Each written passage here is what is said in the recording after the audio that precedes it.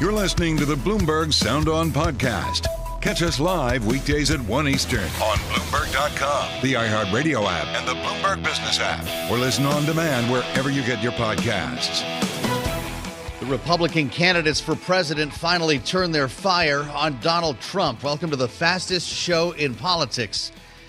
As the race for second reaches a new level just a day after Republicans were thumped in state elections, we're going to talk through it with Larry Sabato, of course, at the University of Virginia's Center for Politics, the namesake of Sabato's crystal ball. With 8 days now to a government shutdown and no plan in place to avoid one, we'll talk about all of this with our signature panel. Bloomberg Politics contributors Rick Davis and Jeanne Zaino are with us for the hour. Welcome to the Thursday edition of Bloomberg Sound On. Little Friday. I'm Joe Mathieu in Washington. Folks a bit bleary-eyed here at lunch today after a late night watching the debate. We'll get to the shutdown politics, of course, this hour. But it was only the third round here.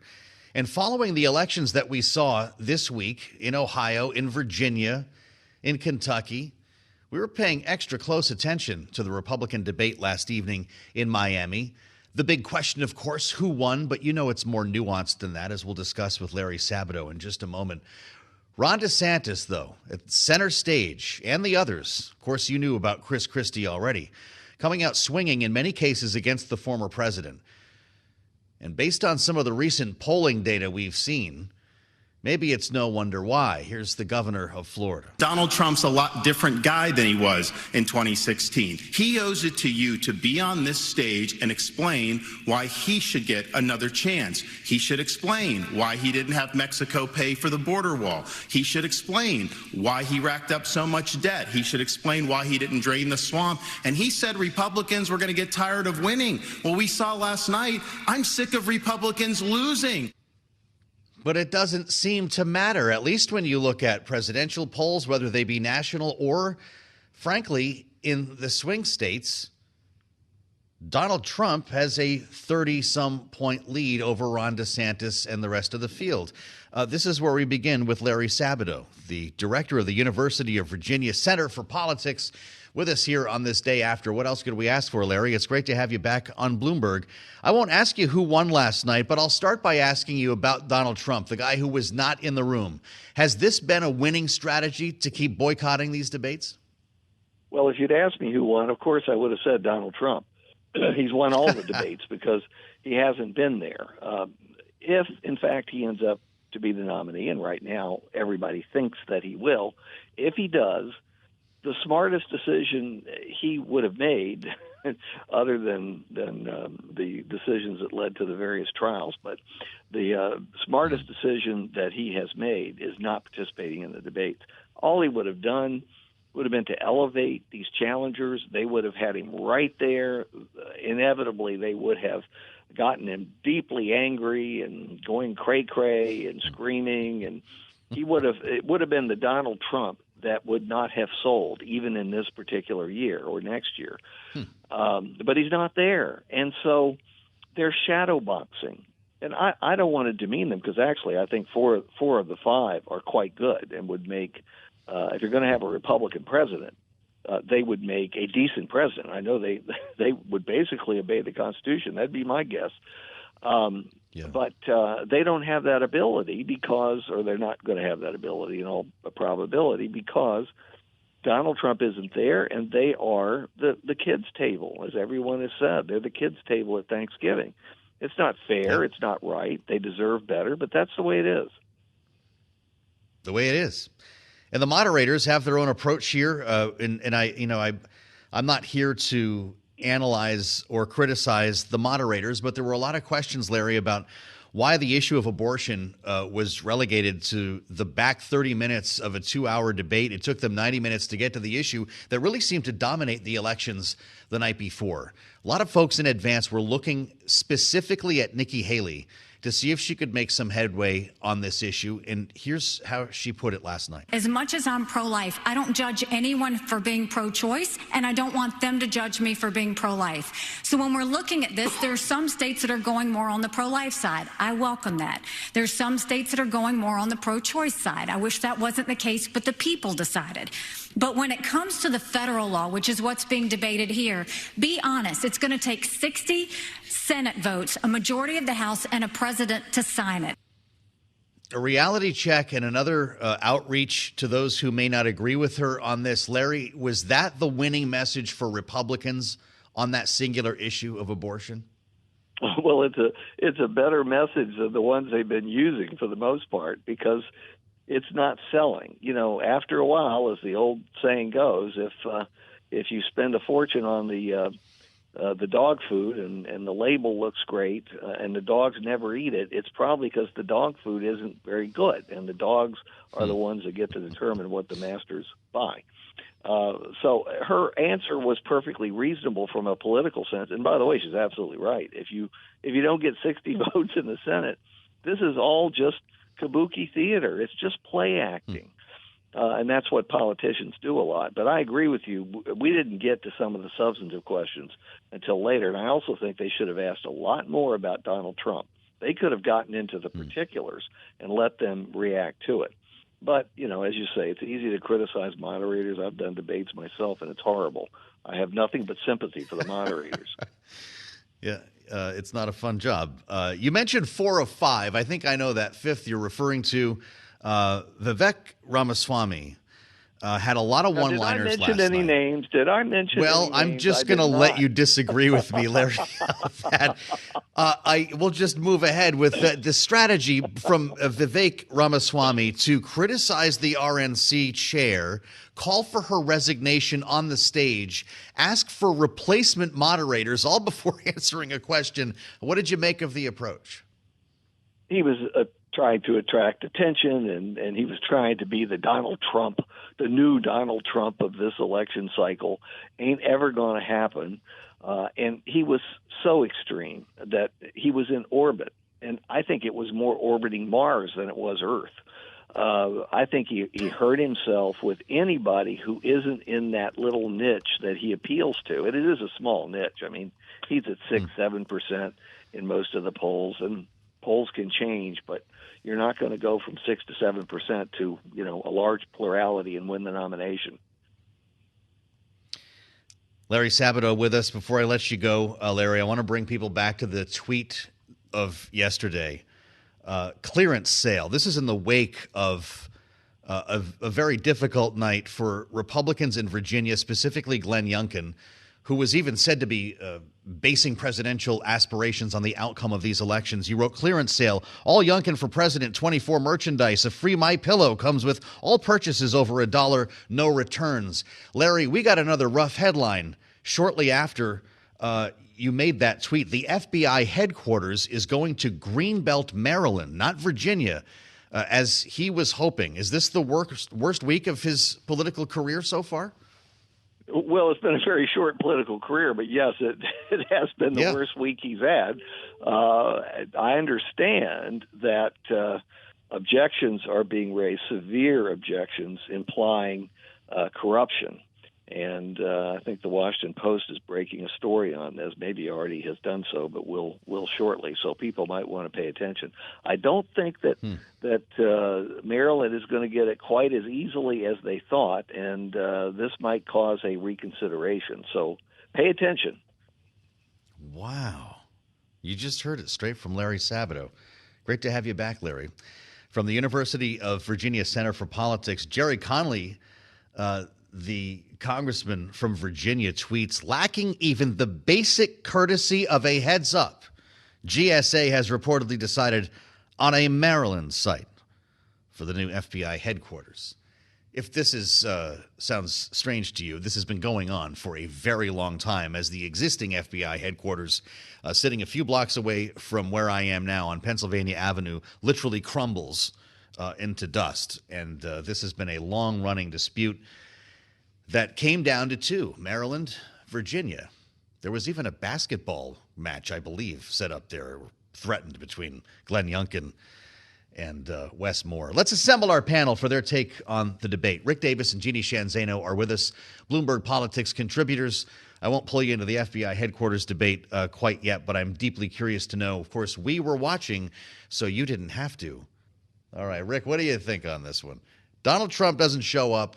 We know they got a few million to watch these debates, at least the first few of them, but it doesn't have that mainstream impact without his presence, does it? Yeah, I think Larry Sabato is right. Won't be the first time I've agreed with him that Donald Trump's the big winner of these debates.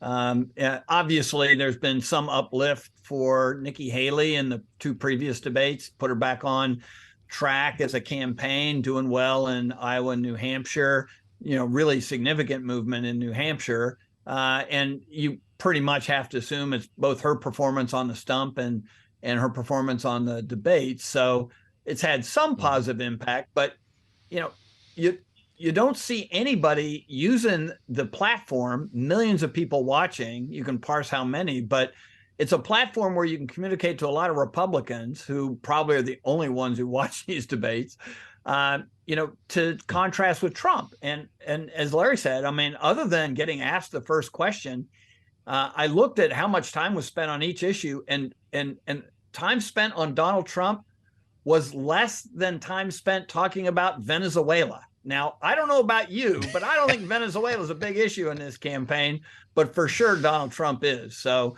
again, I think these guys are just missing opportunities to get in this game. Well, I'll tell you what, certainly Ron DeSantis and Nikki Haley were being scrutinized last evening. They both showed up, Jeanne, to the fight. Vivek Ramaswamy had his own strategy, it seemed.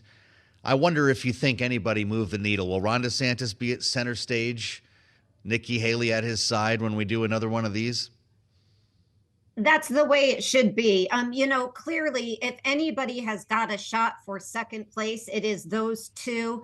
The other three really don't have a shot. And so, one thing that made this debate better for those of us who watched it was there were fewer people on the stage. They all got more time.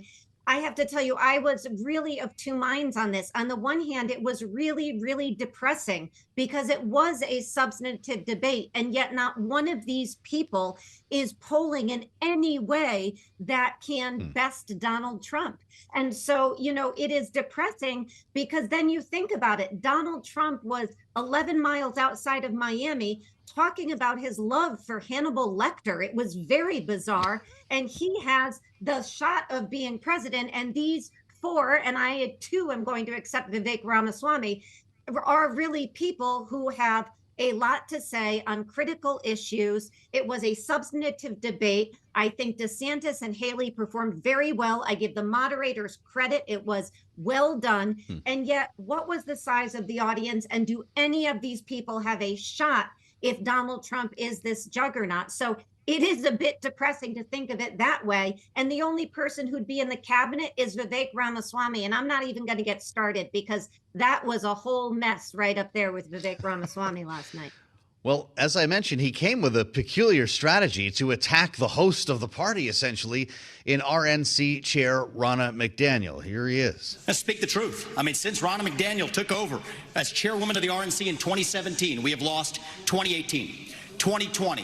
2022, no red wave that never came. We got trounced last night in 2023. And I think that we have to have accountability in our party.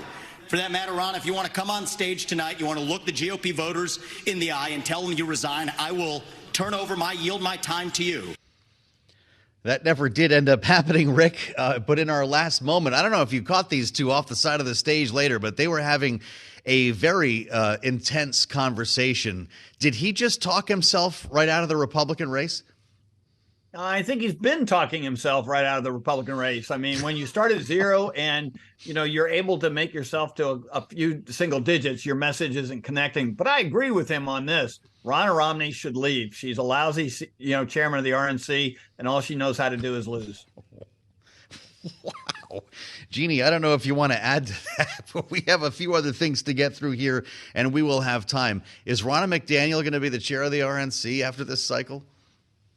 No, she should not be. You can't lose this much. But interestingly, he didn't blame Donald Trump, the head of the party, for any of those losses. By the way, all his attacks in those first two questions were against women, despite the fact there were men on the stage and off who, if he was being honest, should have been at the end of those, receiving end of those attacks. Very distressing.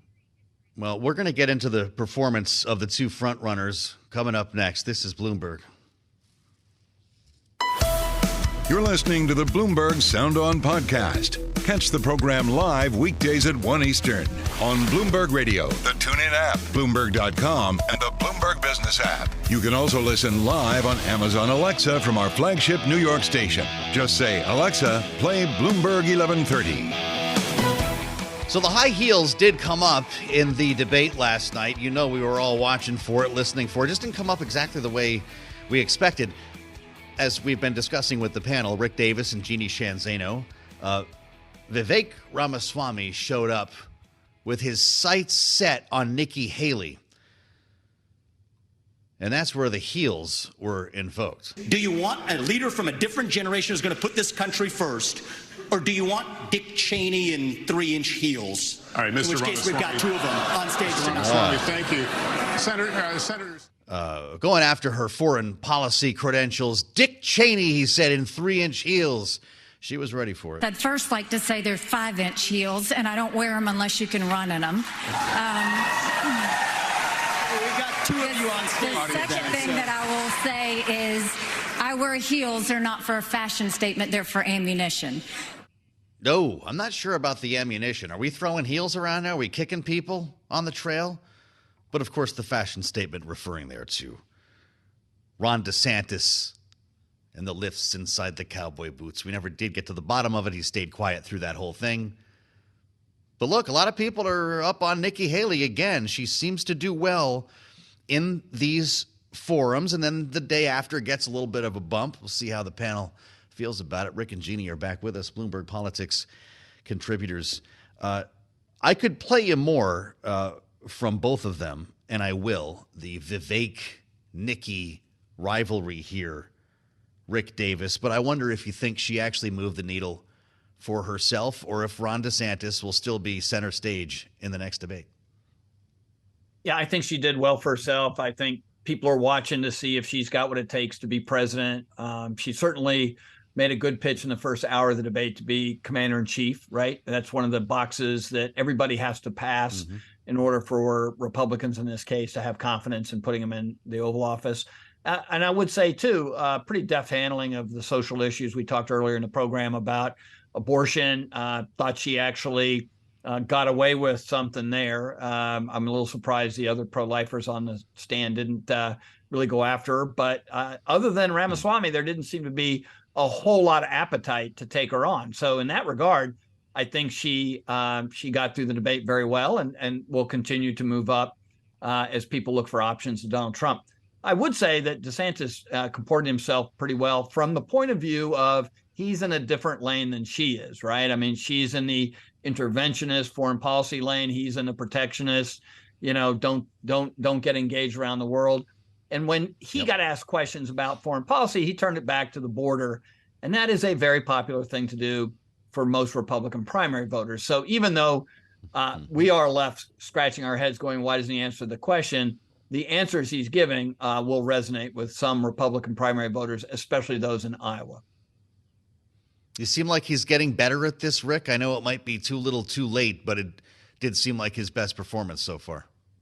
Yeah, look, I think he's just the talking point candidate. I mean, he's good at like just hammering around talking points. He doesn't tell stories. He doesn't, talk about people's values. He doesn't put it into context. He just blurts out, sort of talking points. And his talking points are poll tested, right? And so he's hitting those numbers, in order to get voters to take a look at him in the way that they want a candidate to talk. He's uninspiring, but on message. And I'd say that's the nicest thing I can say about his performance.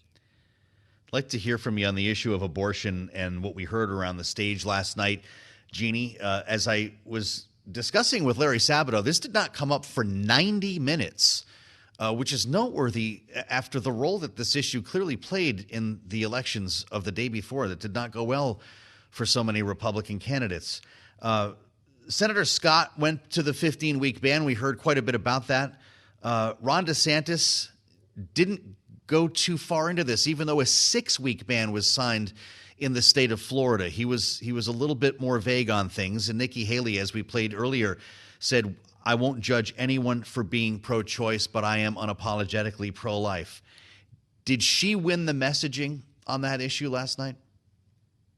You know, I think Democrats still win the messaging on that, but out of the 5 of them, certainly Nikki Haley had a very strong answer on that. She said, I am pro-life because my husband was adopted. I had difficulty conceiving. It's personal for me, and I'm not, to your point, going to judge people who have a different view. She also said, rightly so, what the reality is. There aren't 60 votes in the Senate to get a federal ban. This should be left to the states, and in that respect, she was similar to Chris Christie. And I would note there were a lot of issues on which Nikki Haley and Chris Christie on that stage last night lined up.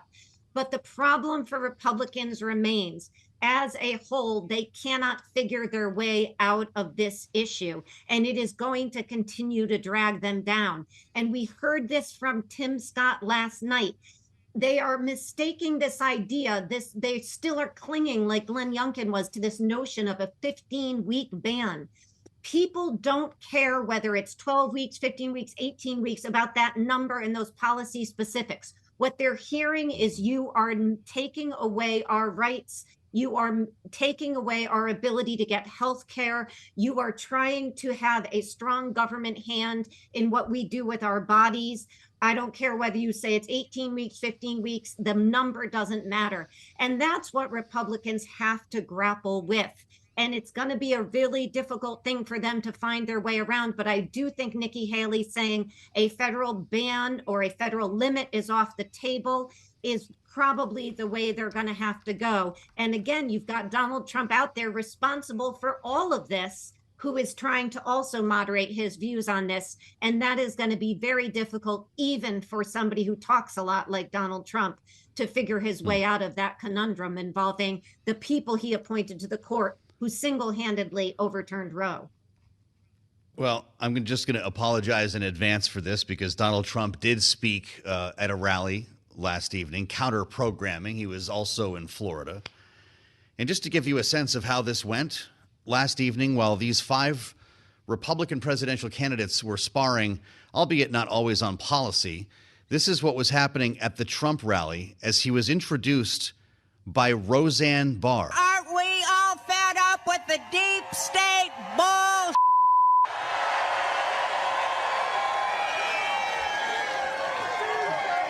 Yeah, this keeps going.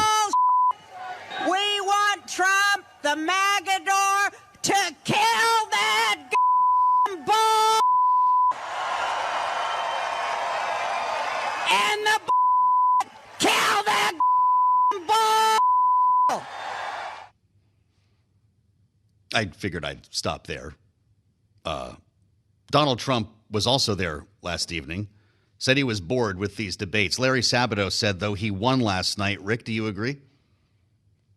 Yeah, I agree. I think that by avoiding any confrontation with the second choice competition at the debate, he kept them from being able to really do any damage to him. Honestly, I still am dumbfounded as to why nobody on the stage really took it upon themselves to contrast with Trump. Other than answering the first question of the night. It's just baffling to me that they basically are giving him a walk on the debates. And so, believe me, if they all attacked him, he'd want to show up for the next one. And so I think that this idea that they're all going to, give, no attention to Donald Trump is ultimately going to be seen after the fact as one of the biggest mistakes of the undercard. Wow. New Emerson poll out today, Jeanne. We don't have time for the deep dive, but it's a battleground state poll, swing state. Donald Trump beats Joe Biden in Georgia, in Pennsylvania, in Wisconsin, in Nevada, in Arizona. I thought he was the one Joe Biden wanted to run against. Yeah, he was very concerning. Repeat of the Bloomberg Morning Consult, repeat of CNN, New York Times. Now we have Emerson. The numbers we are seeing are not a one-off, and they are not a shock anymore. They are what they are. Biden's team has to be concerned.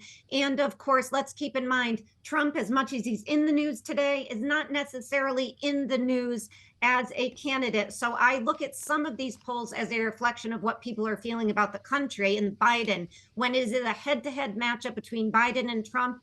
And he is really very much in the news for the issues of the day and running. We may see some slight differences there, but Democrats are concerned. Hence, you see Biden heading out to the Midwest to try to shore up some of these states where he is slagging off. And Pennsylvania being a union state, he's very cognizant of that. It's nothing like hanging out with Rick and Jeanne the day after a debate, right? They're all ours for the hour. You're listening to the Bloomberg Sound On podcast. Catch us live weekdays at 1 Eastern on Bloomberg.com, the iHeartRadio app, and the Bloomberg Business app. Or listen on demand wherever you get your podcasts. President Biden leaves the bubble today, the most union-friendly president in American history, on his way to Illinois to meet with, well, the unions. This after the big three cut deals with the UAW. Joe Biden's going to be out there not too far from Chicago to meet with members of the UAW and, of course, appear with the leader of the union, Shawn Fain. We not only secured a record contract, we have begun to turn the tide on the war on the American working class.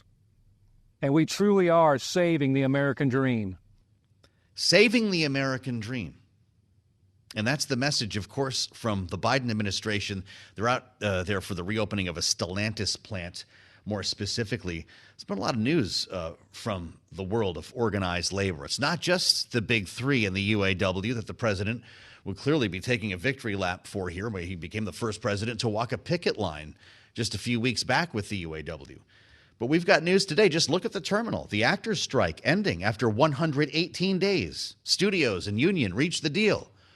When do we get our shows back? Not as soon as you might think. Separate story there.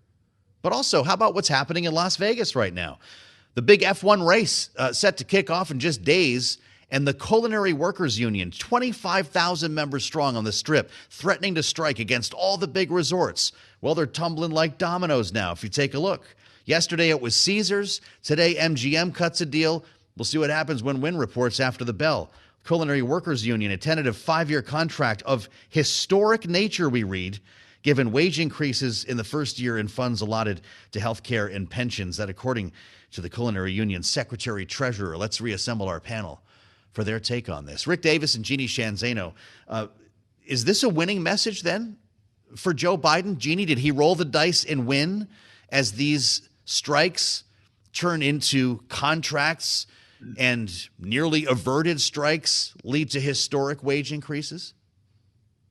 He did. You know, I was just thinking when you were talking about him going out on that, standing on that picket line, which was controversial at the time. And I think looking back at it now, it was probably the best, 15, 20 minutes that Joe Biden has spent politically in a while, because it seems to be paying off. And again, we say seems because we don't know for sure, certain, but seems to be paying off in dividends. You've got the tentative agreement with the big three and the UAW. You've now got the tentative agreement with the actors and SAG and the culinary workers out in Formula One and everybody who wants to go see U2 out there. Those are all big, big wins for Joe Biden. And we see him today taking advantage of that as he goes out to Belvedere. Thousands of workers going back to work. You've got the Governor Pritzker there. You've got Shawn Fain. And, you know, you contrast that with his leading opponent, Donald Trump, spent his time talking to non-union workers and saying really, really bizarre things about how, you know, EVs were, you know, a transition to hell or something like that. And speaking out and down about Shawn Fain and the UAW workers and how all their jobs were going to China. Well, now look at where we are. So if these agreements do pan out, and you're talking about these poll results in these swing states, Michigan, Wisconsin, Pennsylvania, Arizona, Nevada. I mean, the list goes on. Even a few thousand votes for Biden that swing from Trump or people staying home is a big deal. So I do think this has paid off really well so far for Joe Biden, and we have to see how it moves forward. But he's taking a bit of a victory lap today, and rightly so. Do you agree with Jeanne on this one, Rick? Does that mean that union members, rank and file, will vote for Joe Biden? You will not be surprised that I disagree with Jeanne. First of all, Shawn Fain, the American Dream now requires you to be a union member to be able to access the American Dream. I don't think so.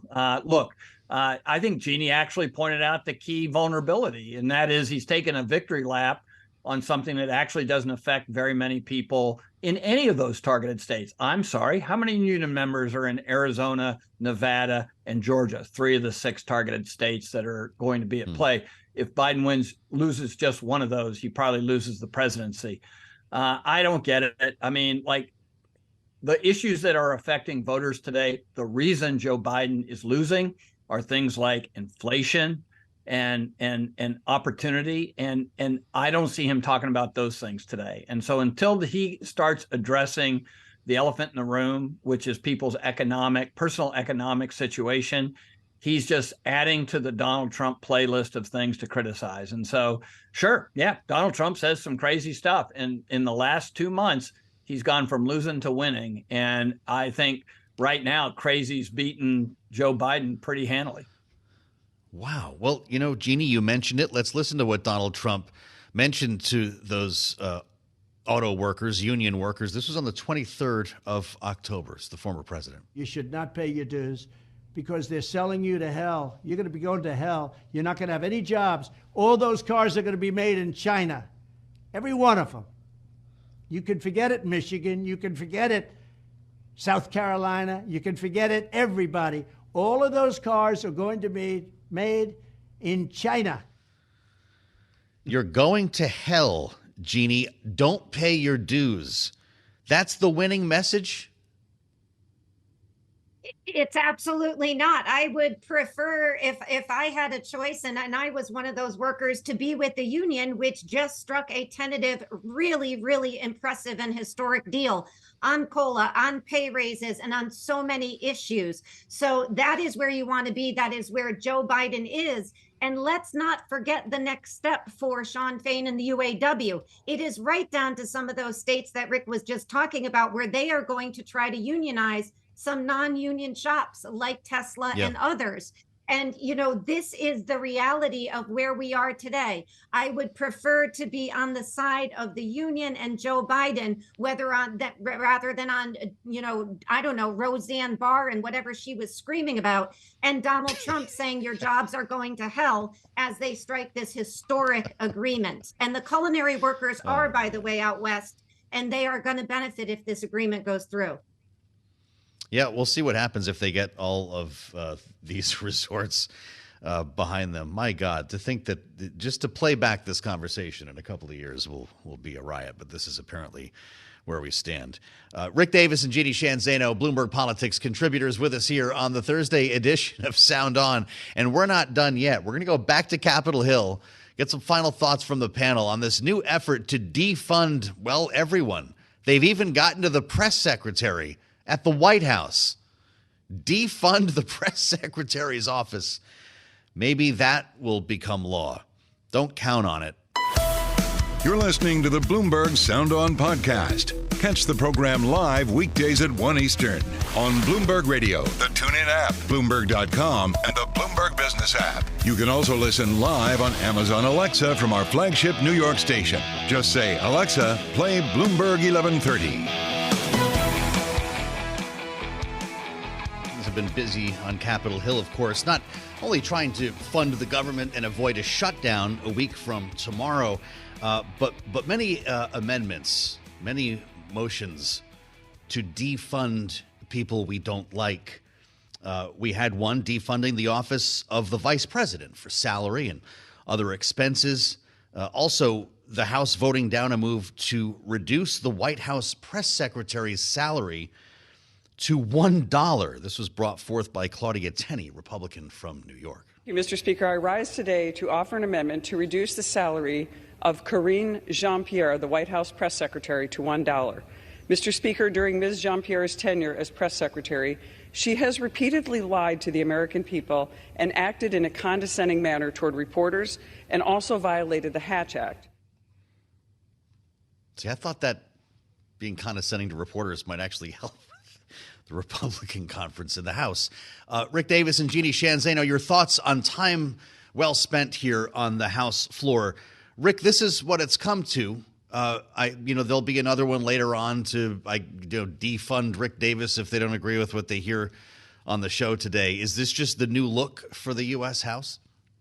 Yeah, it's just another twist on angertainment that we've talked about. They take these votes and then they rush to their, phones so they can tweet it out as quick as they can. Look what we've done. Of course, none of this stuff will ever be signed into law, and it just delays actually funding the government and doing the work of the government. So, I actually hate spending even 2 minutes talking about it because it's just a complete waste of time. Well, this is why people think Washington is ridiculous. Right, Jeanne, we're going to pay the press secretary $1 for being mean to reporters? That's right. And this is somebody, Claudia Tenney, endorsed by Donald Trump, who posted photoshopped pictures after Speaker Nancy Pelosi's husband was beat up and sent out tweets saying, or a Twitter account saying lots of laughs on these. But she's deeply concerned about people being condescending and lying. It is an attempt for her to get advertising.